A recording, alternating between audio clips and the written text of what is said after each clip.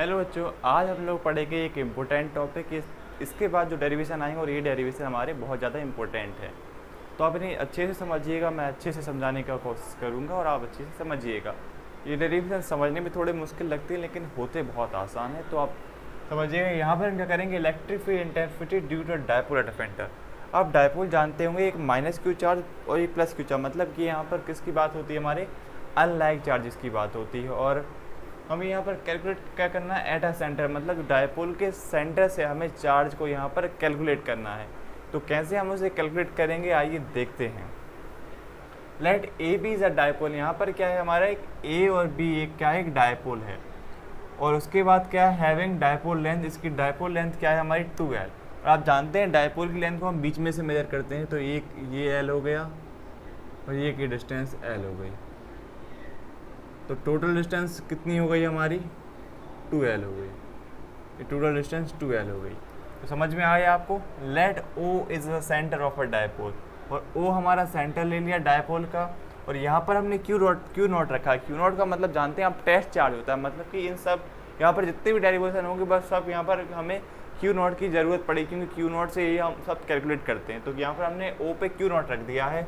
और यहाँ पर हमें नेट इलेक्ट्रिक फील्ड इंटेंसिटी टू भी कैलकुलेट, यहाँ पर हमें net electric field intensity calculate करना है। तो वो हम कैसे कैलकुलेट करेंगे, आइए देखते हैं। तो यहाँ पर हम लिखेंगे EFI। EFI का मतलब है electric field intensity due to minus q charge on q not. तो E1 के लिए लिखेंगे 1/4 pi epsilon not Q upon, यहाँ पर L है तो L का स्क्वायर। अब आप सोच रहे होंगे यहाँ पर माइनस क्यू चार्ज था तो माइनस क्यू चार्ज नहीं लिखा। असल में बच्चों इनका क्या होता है, मोड लगा होता है। तो यहाँ पर मोड, ये इन सब चार्जेस का क्या है, ये इक्वल मैग्नीट्यूड, मतलब ये भी इक्वल मैग्नीट्यूड होता है और ये भी इक्वल, मतलब इन वैल्यू में ही तो चार्ज सेम हो, लेकिन यहाँ पर माइनस प्लस से आप कन्फ्यूज हो रहे होंगे।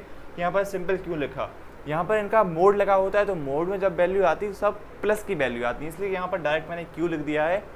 तो आप समझ गए होंगे यहाँ पर क्यू क्यों लिखा, क्योंकि यह सब वैल्यू जो क्यू की चार्ज की वैल्यू होती हैं उनमें मॉड लगा होता है, तो मॉड वैल्यू प्लस की ही आती है। तो यहाँ पर आप सेकंड वैल्यू कैलकुलेट कर लेते हैं। E2 के लिए electric field intensity due two plus Q charge on q not. तो E2 के लिए value 1/4 pi epsilon not Q L का स्क्वायर। ये इक्वेशन 2 हो गई। अब यहाँ पर क्या करेंगे, हम नेट इलेक्ट्रिक फील्ड कैलकुलेट करेंगे। वह कैसे करेंगे, तो E नेट